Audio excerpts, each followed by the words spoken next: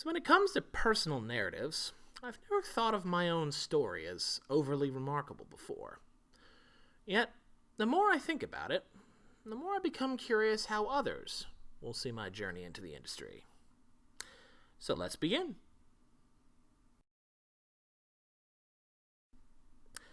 From a very young age, I was always a curious, if shy, little child. Having ended up circumnavigating the globe before I was 7, living 2 years in Chichester, England, and 1 year in Tokyo, Japan, as a result of my father's ambitions, ended up making me a rather introverted soul. As a result, I frequently didn't know many people my own age, and would end up spending much of my time by myself or with my brothers. Unlike my brothers, though, I tended to take apart the board games we owned and try to put them together into little experiences of my own creation. My brother still hasn't forgiven me for irreparably ruining one of his favorites, Axis and Allies Europe. Along the way, I was also exposed to quite the catalog of video games, as my father enjoyed playing them in what little free time he had. Warcraft 2, Battletoads, Diablo, GoldenEye, Donkey Kong 64, StarCraft, and Jet Force Gemini, among others, all left indelible memories of my childhood. This all culminated in a summer break when I was 14, going on 15, my birthday is June 2nd, in which I spent almost the entire summer taking apart several games. A World of Warcraft board game, a set of land tiles and characters from a game called HeroScape, a rule set cobbled together somehow from some homebrew Fire Emblem rules and D&D mixture. I tried to glue them all together, not literally, into some sort of Frankensteinian wonder game over the course of 3 months of mild boredom. Basically nothing remains of this creation but memories, but they are very fond memories for me indeed. With these elements showing so early in my life, you'd think games is where I'd end up, right? I'd find some teacher or family friend or mentor who would encourage me to pursue a career in the games industry. Or maybe I'd attend some other event or convention, or a class in school would inspire me to seek it out for myself, right? Not quite. You see, my family had no connection to the industry, in any shape or form. We never lived anywhere near a game studio. The schools I attended never had any kind of robust computer science course.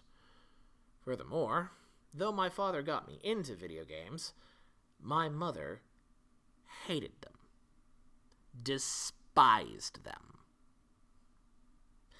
This sort of familial pressure was such that I didn't even consider the possibility of making games as a pathway forward, except in my most idle of dreams, as you will soon see.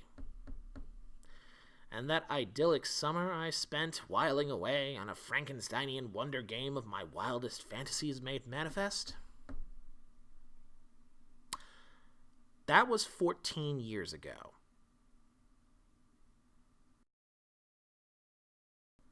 As I grew older and went through the American version of high school, which sees you required to continue until you're 18, I didn't much have any kind of sense of direction. I stumbled listlessly forward towards some semblance of meaning, eventually seeking a biology degree at the local university, as it had a medical school of some repute, and I had convinced myself that I wanted to enter into a career of medicine, a noble profession where one healed the sick. Yet the warning signs were there right from the outset. I would frequently doodle in my notes about various plot hooks for stories I'd never write, craft rules for board games I'd never make, and write character bios for games on Warcraft 3's custom map scene. My heart was never truly dedicated to biology or medicine. Yet I continued to delude myself that this is what I wanted to do. This delusion came crashing down in my fourth and final year, when I failed my MCAT test in such a spectacular fashion that I fell below the minimum standard requirements to apply for the local medical school. There was no lie or self-deception that could salve that injury. Though I did ultimately manage to graduate with a degree, there was no further path forward for me, no matter how much I may have attempted to convince myself otherwise at the time. Following graduation, I moved back in with my parents, who now lived in Michigan, retired, and tried to put myself back together. I ended up finding a retail job at a local hardware chain called Menards. Bereft of a path forward, it seemed as though I would be doomed to a life of mediocrity and corporate subordination. Yet, even within this fog within which I found myself, I managed to start putting back together some semblance of myself, learning how to speak to people, how to persuade them, how to open myself up in ways the shy young boy of yesteryear would never have believed possible. After 3 years of abject servitude devoid of meaning, my steadily growing restlessness with my situation hit a fever pitch. That was when I found my shining light in the darkness, a tool that would eventually lead to me seeking a career in a field I long thought impossible. Notepad++.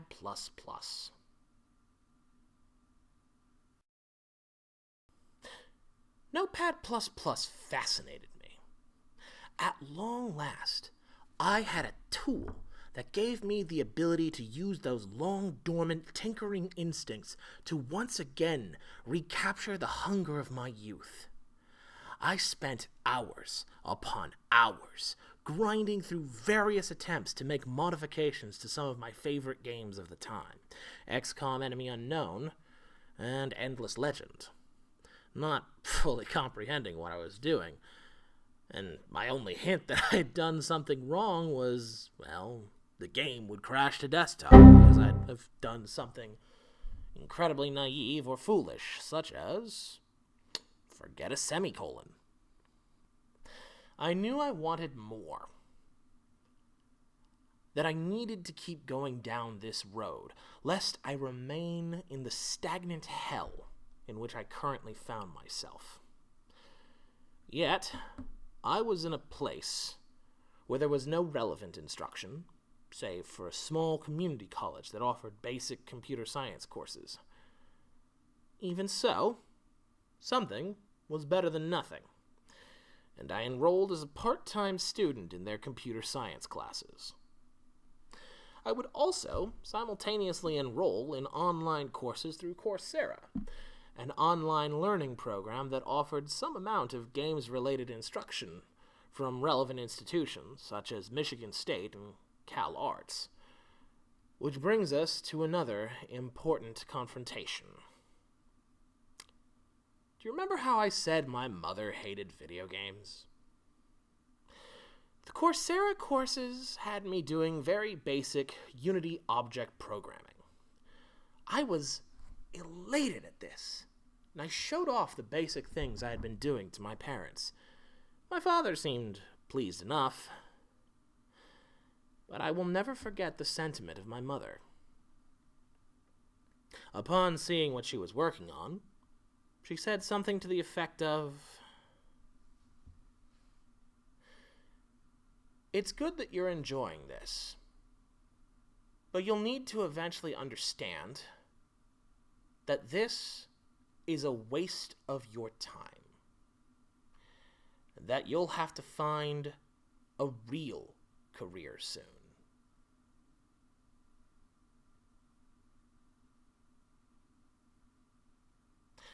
I said nothing to that, being careful to conceal my feelings at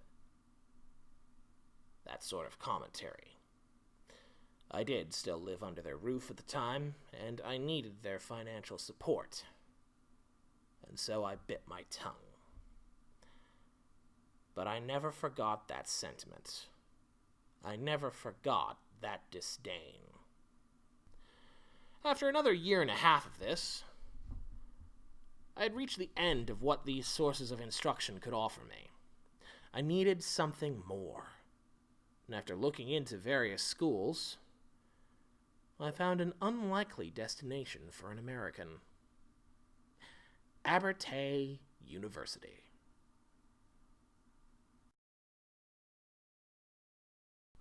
When I first walked through the doors of Abertay during one of their many open days, it was as though I was a fish, finally being returned to water after an eternity of drought. Where once I would strain and scrape for every morsel related to the games industry, here I was submerged by it. After that all-too-brief visit, I knew, without question, that this is where my journey would continue. As I've said before, I am no stranger to Europe. When I was a young boy living in Chichester, my family used it as an excuse to visit a laundry list of countries we'd otherwise have no ability to travel to. As such, the prospect of moving to the UK was not quite as daunting as one might think. Just another of many challenges for me to overcome. I took the courses Abertay provided with vigor, never once failing to score top marks. Yet it would take me until the second semester of my second year to break away from the pack. It was then that I met, seemingly through random chance, the people who would join me to form our Dare Academy team, North Sea Games. I realized very early on in the semester in which we were grouped together that what we were working on had the potential to go the distance, to break into Dare Academy and give us a chance to stand out. I planned and plotted for weeks as to my arguments of how I'd convince them of the validity of this attempt. And I settled on a paraphrase of a quote from Wayne Gretzky, a famous hockey player. "You miss 100% of the shots you don't take. We have nothing to lose and everything to gain." This phrase would become our motto in the months to come that would drive us forward. We were the only second-year team in Dare Academy 2019 to both get shortlisted and to make it to the finals, beating out several teams of senior students, some of whom had even been mentored by local studios such as Outplay Entertainment. Though we were not successful at taking first place at the competition, the impact of being able to debut something I helped create on a stage as large as EGX is something I will not soon forget.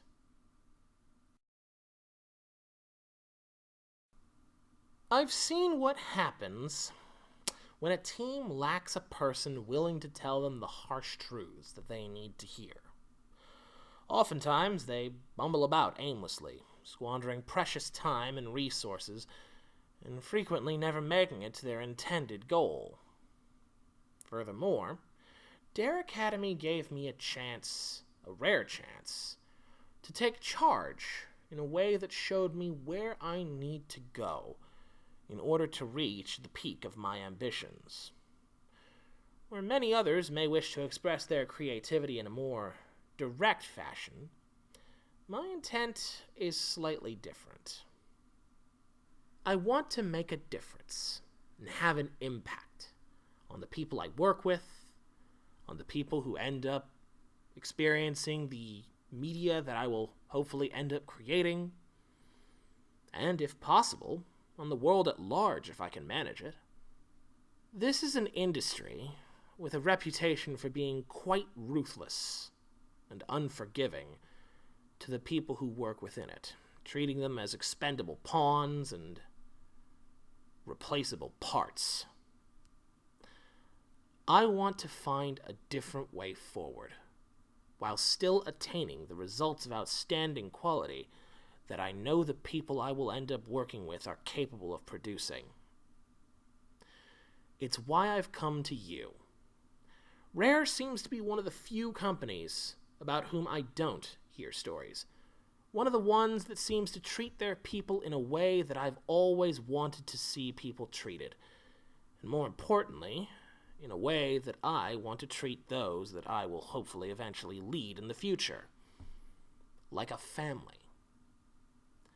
I suspect there is much I could learn from you in regards to how to achieve this future I seek. And it is why I would like to serve as your production intern for 2020.